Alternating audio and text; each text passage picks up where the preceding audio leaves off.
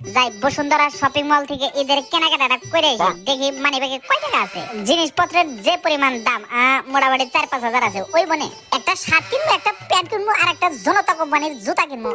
কোন দিকে যাবো? এদিকে যাবো।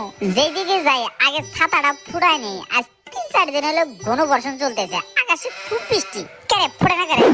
ফুটে গেছে। রাস্তায় কেদমে দেওয়া আছে, খুব সাবধানে যেতে হবে, পড়ে গেলে সব বনাস। এই তাসিন, ঈদের আর আছে মাত্র 7 দিন। কাস্টমার তো দূরের কথা, একটা তো মাসি হইছে না। স্যার আপনি চিন্তা করেন না, কাস্টমার আমার দায়িত্ব আমার। খালি তোর ভরসায় তো এই দোকানটা আমি ভাড়া নিছি। মানটা ধরেন আমি আইরাম, দেখি কাস্টমার পাই নাকি। যাও যাও।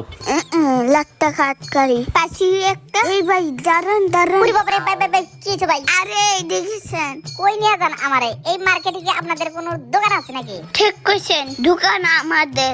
চলেন চলেন, জুতাটা রাইখা যাইছে আর ছাতাটা বন্ধ করে যাই।